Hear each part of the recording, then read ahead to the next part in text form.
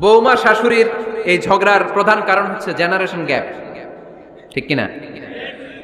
শাশুড়ি এক জেনারেশনের আর বৌমা আরেক জেনারেশনের। শাশুড়ি ভাবে একরকম, বৌমা ভাবে আরেক রকম। শাশুড়ি চায় বউর উপর খবরদারি করতে, বউ চায় শাশুড়ির উপর খবরদারি করতে। এই ডমিনেটিং এর কারণে কিলাকিলি আছে না নাই? আহা, এটা ঠিক না। আমার শাশুড়ি মায়েরা যারা আছেন, প্রথমে শাশুড়ি দিয়ে শুরু করি। আমার মাইকের আওয়াজ যে ঘরগুলোতে যায়, আমার শাশুড়ি মাদেরকে বলবো, বউদের উপর অত্যাচার করবেন না।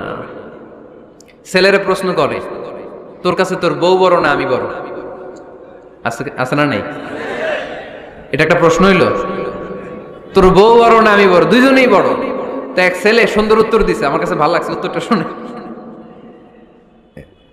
এক মা প্রশ্ন করছে, তোর এতদিন আমি লালন পালন করে বড় করলাম, জীবন যৌবন তোর জন্য শেষ করলাম, আজকে বউ পাইয়া বউ তোর আপন হয়ে গেল? এবার ছেলে উত্তর দিছে, মা, আমার মুখ থেকে মা ডাক শোনার জন্য তুমি কি কষ্টটাই না করছো জীবনে।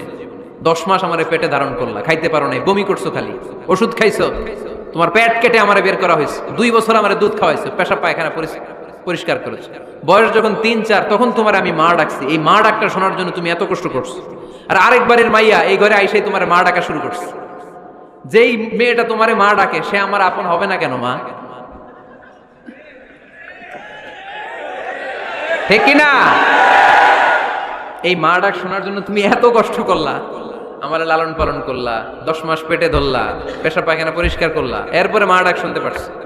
আর আরেকবারের মেয়ে জানা নাই চিনা নাই এসেই তোমার ডাকা শুরু করছে মা। তো যে আমার মারে মা ডাকে তার স্থান তো আমার কলিজায়, ঠিক কিনা? শাশুড়ি আম্মারা যারা আছেন, প্লিজ বৌমাদেরকে কষ্ট দিয়েন না। অনেক শাশুড়ি আছে পান থেকে চুন খসলে রেগে যায়, পদে পদে স্ত্রীর ভুল ধরে, বউয়ের ভুল ধরে, আছে না নাই? এটা করবেন না। সে তো নতুন, আপনার অনেক এক্সপিরিয়েন্স হতে তার সময় লাগবে, তাকে সময় দিন, তাকে ভালোবাসুন, ঠিক কিনা? না বুঝে সামান্যতে বৌমারে বদদোয়া দেয়, এরকম আছে না নাই? কিন্তু বুঝতে চায় না, বৌমারে যদি বদদোয়া দেয় তাহলে তার নিজ ছেলের পরিবারের ক্ষতি, পেটে ধরা যে ছেলে, ছেলের পরিবারের কিন্তু ক্ষতি, তার আপন নাতি নাতনিদেরই ক্ষতি। আওয়াজ করে বলেন ঠিক কিনা? বৌমাকে বদদোয়া দিয়েন না। বৌমাকে নিজের মেয়ের মতো দেখবেন। সমাধান আমি দিচ্ছি। কেমন দেখতে হবে? নিজের মেয়ের মতো। নিজের মেয়ে সকালে ঘুম থেকে ওঠে 11টা, ওইটা সমস্যা নাই। বৌমা কেন ওঠো না, ওইখানেই ঝামেলা, আছে না নাই? মেহেরবানি করে আপনার বৌমাকে আপনার নিজের মেয়ের মতো দেখেন। নিজের মেয়ের যেমনি আদর করেন তাকেও অমনি আদর করেন। আপনার বৌমারে যদি আপনি কষ্ট দেন, মনে রাখবেন আপনার নিজের মেয়েটাও আরেকবারের বউ হয়ে কয়েকদিন পরে যাবে। আপনি যা যা করবেন আপনার মেয়েকেও তারা ওই রকম কষ্ট দিয়ে বাড়িতে ফিরিয়ে দিবে। চিল্লায় বলেন ঠিক কিনা? খবরদার, টিট ফর ট্যাট, ইট্টি মারলে পাটকেলটি খেতে হয়। এজন্য শাশুড়ি আম্মা জানারা যারা আছেন, বৌমার সাথে খারাপ আচরণ করবেন না মেহেরবানি করে। তাকে আপনি কষ্ট দিলে আপনার নিজের মেয়েটাও আরেক বাড়ির বৌমা হবে, সেও ওই বাড়িতে এই কষ্টগুলো ভোগ করবে। এগুলো যখন আপনি শুনবেন তখন আপনার চোখ দিয়ে পানি পড়বে কি পড়বে না? পড়বে। এবার আসেন বৌমার কথা বলি। বৌমা যারা আছেন মেহেরবানি করে, বৌমা যারা আছেন মেহেরবানি করে আপনার শাশুড়ি আম্মাকে নিজের মায়ের জায়গায় রাখবেন। আপনার বাড়ি ছেড়ে নতুন বাড়িতে আসছেন, তো এটাই তো আপনার বাড়ি। আপনার মা রেখে দিয়ে নতুন মা পাইছেন, এটাই তো আপনার মা। তো ওনাকে মায়ের জায়গায় বসাতে আপনার সমস্যাটা কোথায়? বৌমারা খেয়াল রাখবেন, আপনি আপনার শাশুড়ির সাথে যে আচরণটা করতেছেন, আপনার শেষ বয়সে আপনার ছেলের বিয়ে দেওয়ার পরে যে বৌমাটা আসবে, ওই আচরণই আপনাকে ফিরিয়ে দিবে।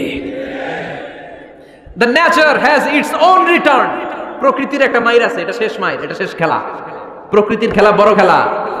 আপনি আপনার শাশুড়ির সাথে যে আচরণ করবেন, আপনার শেষ বয়সে আপনিও একদিন শাশুড়ি হবেন, এটা মাথায় রাখবেন। ওই আচরণই আপনি ফিরে পাবেন। আওয়াজ করে বলতে হবে ঠিক কিনা? এজন্য 9 নাম্বার পয়েন্টস হচ্ছে মিউচুয়াল রেসপেক্ট। সবাই যেন সবাইকে ভালোবাসি। দোষ ছাড়া মানুষ নাই, সবার দোষ আছে। আমরা যেন একে অন্যের দোষ না খুঁজি। বৌমারা, আপনাদের কেন যদি আমার মাইকের আওয়াজ যায়, অল্প কিছু টেকনিক অবলম্বন করলে আপনি আপনার শাশুড়ির মন জয় করতে পারবেন। শাশুড়িরা আসলে বেশি কিছু চায় না, আগের জামানার মানুষ তো, এদেরকে ওইভাবে হাত করতে হবে। মাঝে মাঝে একটু শাশুড়ির মাথায় তেল দিয়ে দেন, চুলে তেল দিয়ে দিবেন আর কি, মাঝে মাঝে চুল আছড়ে দিবেন, এগুলো কিন্তু খুব পছন্দ করে শাশুড়িরা। ওনার প্রেশারটা একটু মেপে দিবেন, ডায়াবেটিক্সের ওষুধটা খাইলো কিনা সময় মতো খোঁজ নেবেন, কি পছন্দ করে খেতে একটু রান্না করে দিবেন। যেই বক্তার ওয়াজ শুনতে পছন্দ করে ওই বক্তার ওয়াজগুলো ডাউনলোড করে শাশুড়ি আম্মাকে দিবেন, ইসলামী বই দিবেন। দেখবেন বয়স্ক নারীরা মাহফিল যেতে খুব পছন্দ করে, ওয়াজ শুনতে খুব পছন্দ করে, নবীদের কাহিনীগুলো শুনতে পছন্দ করে। বসায় বসায় একটু কাহিনীগুলো শোনাবেন। বাইরে বেরোলে জিজ্ঞেস করেন, আম্মা আপনার কিছু লাগবে কিনা। আরেকটা টিপস আছে, চুল যখন আশ্রাবেন আর শাশুড়ির মাথায় যখন তেল দিয়ে দিবেন তখন অতীতের কথা জিজ্ঞেস করেন। দেখবেন অতীতের স্মৃতিতে হারিয়ে গিয়েছে আপনার শাশুড়ি। কি জিজ্ঞেস করবেন জানেন? জিজ্ঞেস করবেন, আম্মা জান মুক্তিযুদ্ধের সময় আপনার বয়স কত ছিল? ওই সময় মুক্তিযুদ্ধের সময় আপনাদের এলাকায় কি কি হয়েছিল মা? আরেকটা প্রশ্ন করবেন, মা বিয়ের সময় আপনি কেমন ছিলেন? ওই দিন দেখবেন বুড়ি আর বুড়ি নাই, জুয়ান হয়ে গেছে।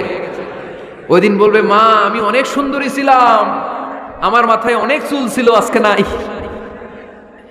আমগো গ্রামে আমার সাথে সুন্দরী মাইয়া ছিল না। অতীতের স্মৃতিতে স্মৃতি হাতড়াতে হাতড়াতে তিনি হারিয়ে যাবেন। জিজ্ঞেস করবেন যে, মা শীতকালে আপনাদের দেশে কি পিঠা বানাতেন আপনি যখন ছোট ছিলেন? আপনার বাপ চাচারা কি করতো? এগুলো জিজ্ঞেস করলে উনি স্মৃতির পাতা হাতড়াতে হাতড়াতে চোখ দিয়ে দাঁড় দাঁড় করে ওনার পানি ঝরতে শুরু করবে।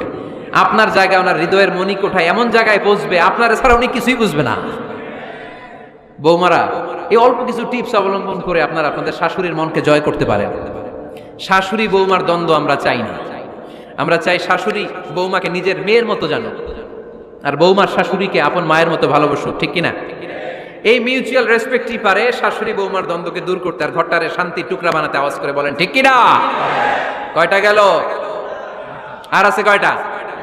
দোয়া করবেন একে অপরের জন্য। দোয়া সাইয়েদনা ইব্রাহিম ফ্যামিলির জন্য দোয়া করতেন, রব্বি জাআলনি মুকিমাস সালাতি ওয়া মিন যুররিয়াতি রব্বানা ওয়া তাকাব্বাল দুআ। ও আল্লাহ, আপনি আমার নামাজ কায়েমকারী বানান, আমার কলিজার টুকরা সন্তান ইসমাইলকেও নামাজ কায়েমকারী বানান। আমার দোয়াটা আপনার দরবারে আপনি কবুল করে নেন। সুবহানাল্লাহ পড়েন। রব্বানা ইন্নী আসকানতু মিন যুররিয়াতি বিওয়াদিন গায়রি যী যারইন ইনদা বাইতিকাল মুহাররাম। ও আল্লাহ, আমার সন্তান সন্ততি, আমার ফ্যামিলিকে ধুধু মরুপ্রান্তর এই উপত্যকার মধ্যে তোমার কাবা ঘরের সামনে রেখে গেলাম। তাদেরকে তুমি নামাজ কায়েমকারী বানিয়ে দিও। গোটা বিশ্বের সব মানুষের অন্তর আমার ফ্যামিলির দিকে আল্লাহ তুমি ঝুঁকিয়ে দিও। ওয়ারযুকহুম মিনাস সামারাত, ফলমূল দিয়ে আল্লাহ তুমি তাদেরকে রিজিকের ব্যবস্থা করে দিও। তার মানে সব নবীরা তাদের পরিবারের সদস্যদের জন্য দোয়া করতেন কি করতেন না? আবার কোরআন আমাদেরকে শিখালো, রব্বানা হাব লানা মিন আজওয়াজিনা ওয়া মিন যুররিয়াতিনা কুররাতা আ'য়ুন ওয়াজআলনা লিল মুত্তাকিনা ইমামা। ও আল্লাহ, এমন নেককার সন্তান, এমন নেককার স্ত্রী আপনি আমাকে দান করেন যাদের দিকে তাকালে আমার চোখ দুইটা ঠান্ডা হয়ে যায়। চক্ষু শীতলকারী স্ত্রী দেন। বিয়ে যাদের হয় নাই, ইয়াং ছেলেরা এই দোয়াটা করবা। বিয়ের জন্য দোয়ার দরকার আছে না নাই? প্রতিদিন এই দোয়া করবা, আল্লাহ এমন স্ত্রী দেন, এমন জীবন সঙ্গিনী আপনি আমাকে দেন, এমন লাইফ পার্টনার দেন যার দিকে তাকালে আমার চোখ জুড়িয়ে যায়। এমন সন্তান আল্লাহ আপনি আমার ফ্যামিলিতে দেন যাদের দিকে তাকালে আমার চোখ দুইটা ঠান্ডা হয়ে যায়। নেককার সন্তান, নেককার স্ত্রী আল্লাহর কাছে দোয়া করে চেয়ে নিতে হয়। তাহলে ফ্যামিলি মেম্বার একে অপরের জন্য দোয়ার দরকার আছে না নাই? বাবা দোয়া করবে ছেলের জন্য, ছেলে করবে বাবার জন্য, মা দোয়া করবে মেয়ের জন্য, মেয়ে করবে মায়ের জন্য, ভাই করবে বোনের জন্য, বোন করবে ভাইয়ের জন্য। দোয়ার দরকার আছে না নাই? দোয়া করবেন সবাই সবার জন্য। এই যে কোরআনের বঙ্গানুবাদ পাওয়া যায় না এখন, কথা বলেন। স্মার্টফোন আছে কার কার দেখি? হ্যাঁ, কারা কারা স্মার্ট দেখি? হাজার হাজার স্মার্ট, মাশাআল্লাহ। এই স্মার্টফোনের ভেতরে আল কোরআন নামে বাংলায় কোরআনের একটা অ্যাপস পাওয়া যায়। কথা বলেন, পাওয়া যায় কি যায় না? আজকে থেকে এই অ্যাপসটা ডাউনলোড করে প্রতিদিন এক আয়াত, দুই আয়াত, তিন আয়াত করে পড়া শুরু করে দেন। বাঁচতে হলে পড়তে হবে, বাঁচতে হলে জানতে হবে, ঠিক কিনা? এই স্লোগান আমাদেরকে শিখায়। এই স্লোগান তো আল্লাহ, এই স্লোগান দিয়েই তো আল্লাহ কোরআন শুরু করছে। ইকরা বিসমি রাব্বিকাল্লাযী খালাক। বাঁচতে হলে জানতে হবে, বাঁচতে হলে পড়তে হবে, পড়ার কোনো বিকল্প নাই। আওয়াজ করে বলেন ঠিক কিনা? সুজানগরের রায়েরা, মোবাইলের অ্যাপসের ভিতরে আমরা কোরআন রাখতে রাজি আছি তো সবাই? হাদিসের অ্যাপস ডাউনলোড করতে রাজি আছি তো? বাস রাজি আছি, ডাউনলোড করে রাইখা দেব, আর কেউ পড়বো না নাকি? হ্যাঁ, প্রতিদিন একটা আয়াত হলেও যেন আমরা পড়ি। আল্লাহ যা বলা দরকার সব বলে দিয়ে গেছে, নতুন করে আর কিছু বলবে না। আমরা যেন পড়াশোনা করি, আমরা যেন একটা পাঠাগার বানাই। আবারও কখনো আসার সুযোগ হলে আমি জিজ্ঞেস করবো, যদি আমার মনে থাকে, যে আপনাদের পাঠাগার আছে কার কার ঘরে। সেদিন সবার হাত তুলতে হবে, এমনি পারা যাবে তো? আল্লাহ তুমি তৌফিক দাও।